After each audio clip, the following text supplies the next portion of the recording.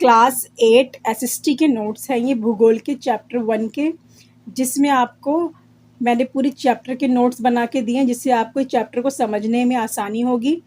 और हम अपने चैप्टर के नोट्स की शुरुआत करते हैं। पार्ट 1 प्राकृतिक संसाधन एवं उनका उपयोग। टॉपिक 1 है प्राकृतिक संसाधन। प्राकृतिक संसाधन किसे कहते हैं? प्राकृतिक संसाधन वे पदार्थ और सामग्रियां हैं जो प्रकृति में पाए जाते हैं एवं मानव के लिए मूल्यवान होते हैं। इनका उदाहरण है वायु, जल, मिट्टी, खनिज, वन आदि। संसाधनों का वर्गीकरण। संसाधनों को मुख्य रूप से 2 भागों में बांटा जा सकता है, नवीकरणीय संसाधन तथा अनवीकरणीय संसाधन। नवीकरणीय संसाधन क्या होते हैं? नवीकरणीय संसाधन वे संसाधन जो प्राकृतिक रूप से पुनः प्राप्त किए जा सकते हैं, जैसे सौर ऊर्जा, पवन ऊर्जा तथा जल। और नवीकरणीय संसाधन वे संसाधन जिनका भंडार सीमित है और एक बार समाप्त होने पर उन्हें बनने में लाखों वर्ष लगते हैं, जैसे कोयला, पेट्रोलियम, प्राकृतिक गैस। प्राकृतिक संसाधनों का वर्गीकरण। प्राकृतिक संसाधनों का वर्गीकरण मुख्य रूप से 2 है, उपयोग के आधार पर और नवीकरणीयता के आधार पर। उपयोग के आधार पर जीवन के लिए आवश्यक संसाधन जैसे वायु, जल तथा मृदा। सामग्री के लिए साधन जैसे लकड़ी, खनिज, पत्थर जिनका उपयोग वस्तुएं बनाने में होता है। ऊर्जा के लिए संसाधन जैसे कोयला, पेट्रोलियम, सौर ऊर्जा और पवन ऊर्जा। नवीकरणीयता के आधार पर नवीकरण संसाधन जैसे सौर ऊर्जा, पवन ऊर्जा, जल। और नवीकरणीय संसाधन जैसे कोयला, प्राकृतिक गैस। जीवन के विभिन्न पक्षों और प्राकृतिक संसाधनों के वितरण के मध्य संबंध। प्राकृतिक संसाधनों का वितरण मानव जीवन के आर्थिक और सामाजिक विकास को सीधे तौर पर प्रभावित करता है। जिन क्षेत्रों में जल, उपजाऊ मृदा या खनिज जैसे संसाधन प्रचुर मात्रा में होते हैं, वहाँ रोजगार, आर्थिक गतिविधियाँ और जनसंख्या घनत्व अधिक होता है, जबकि संसाधन विहीन क्षेत्रों में जीवन कठिन होता है। प्राकृतिक संसाधनों के असंधारणीय उपयोग, अतिशोषण। प्राकृतिक संसाधनों का असंधारणीय उपयोग या अतिशोषण का अर्थ है संसाधनों का अंधाधुंध और विवेकहीन उपयोग करना।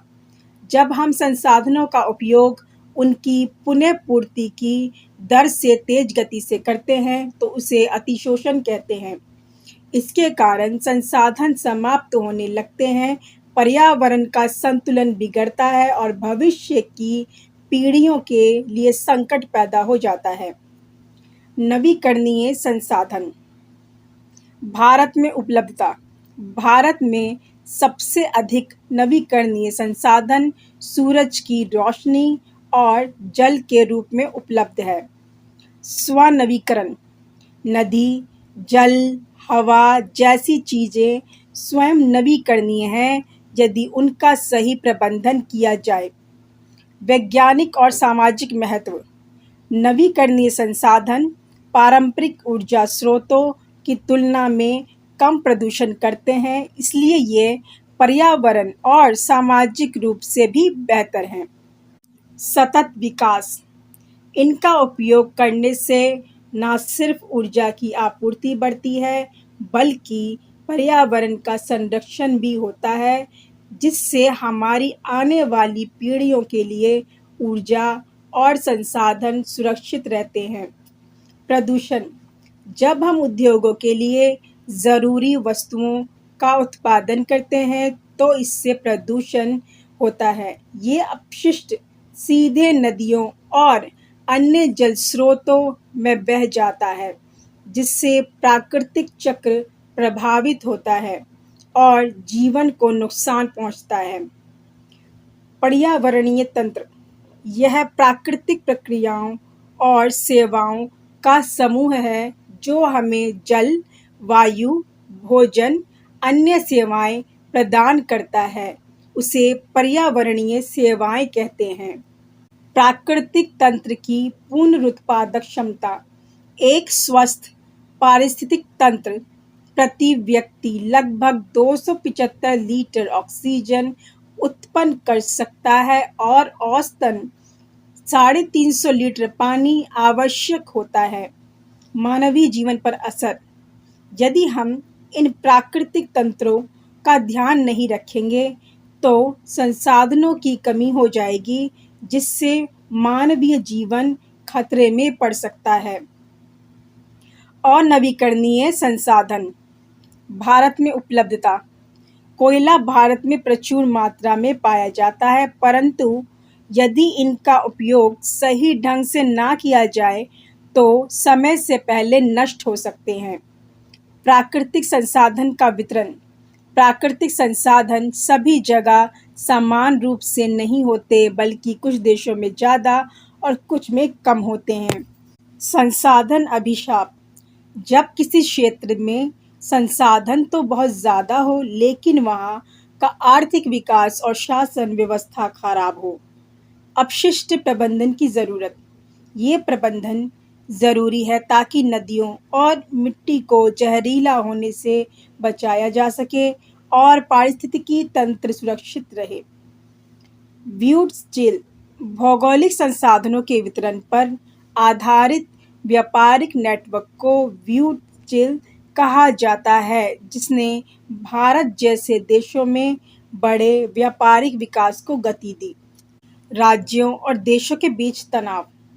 प्राकृतिक संसाधन राजसी सीमाओं का पालन नहीं करते, जिससे राज्यों और देशों के बीच वितरण पर विवाद पैदा होते हैं।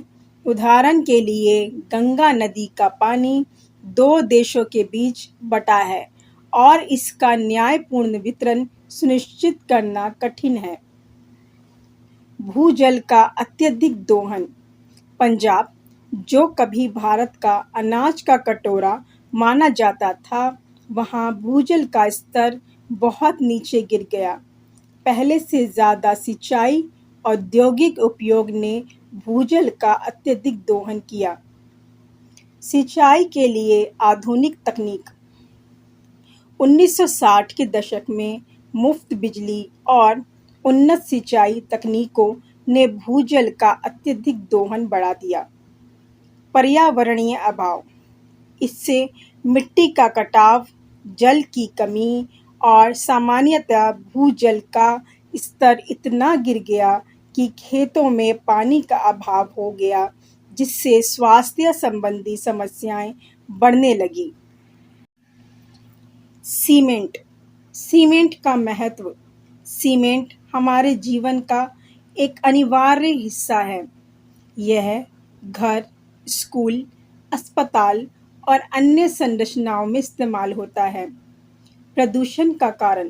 सीमेंट उत्पादन सबसे ज़्यादा प्रदूषण फैलाने वाले उद्योगों में से एक है। इसका उत्पादन करते समय भारी मात्रा में धूल, गैस और कण वातावरण में जाते हैं, जिससे वायु प्रदूषण बढ़ता है। आधुनिक वास्तुकला। उदाहरण के लिए, ऑरीविल में एक ऐसा संस्थान बनाया गया है जो पारंपरिक रूप से सीमेंट के बजाय अन्य सामग्रियों का उपयोग करता है, जिससे पर्यावरण पर असर कम होता है। संसाधनों का विवेकपूर्ण उपयोग। पारंपरिक और आधुनिक तरीकों का संगम। प्राकृतिक संसाधनों का विवेकपूर्ण उपयोग करने के लिए पारंपरिक खेती और आधुनिक तकनीकों का संयोजन जरूरी है। इससे उत्पादकता बढ़ती है और स्थिरता भी रहती है। जैविक खेती।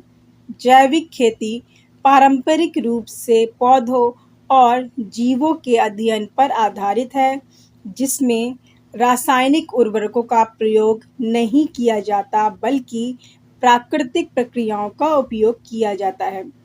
तो आज का हमारा ये नोट्स का वीडियो यहीं ख़त्म होता है। शुक्रिया।